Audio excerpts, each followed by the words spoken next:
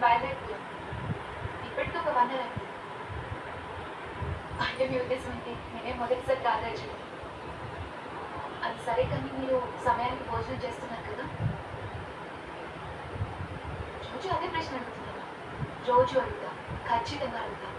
ఆ సాయి నాతో వెనకే కూర్చోండి. ఒక నిమిషం. బాగారావు, నాన్న ఫోన్ చేశారు. నాన్నకి హాయ్ చెప్పు. తను హాయ్ చెప్పదు. మీరు తిరిగి ఇండియాకి వచ్చేదాకా తను మీతో మాట్లాడుతుంది. అవును, తను చాలా రోజులుగా చాలా పొలిటైల్గా ఉంటుంది, ఒంటరిగా ఉంటుంది. మా అమ్మ నాన్నతో ఖచ్చితంగా చెప్పేశాను, సాయితో మాట్లాడుతూ తనని విసిగించొద్దు అని.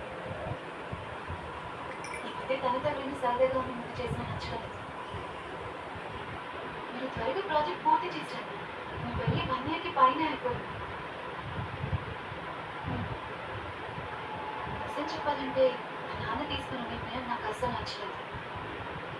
మా ఇంటిని పడగొట్టి ఏదో హెరిటేజ్ రిసార్ట్ వాళ్ళకి అమ్మేస్తున్నారంటే నేను అస్సలు ఇమాజిన్ చేసుకోలేకపోతున్నాను.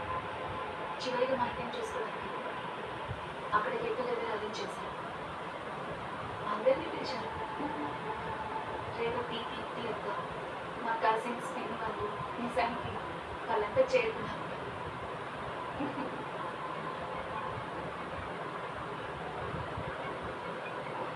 ఫోన్ కూడా ఎప్పుడు కదా? లేదు లేదు, నువ్వు మాట్లాడు. నీతో మాట్లాడితే హాయిగా ఉంది నాకు.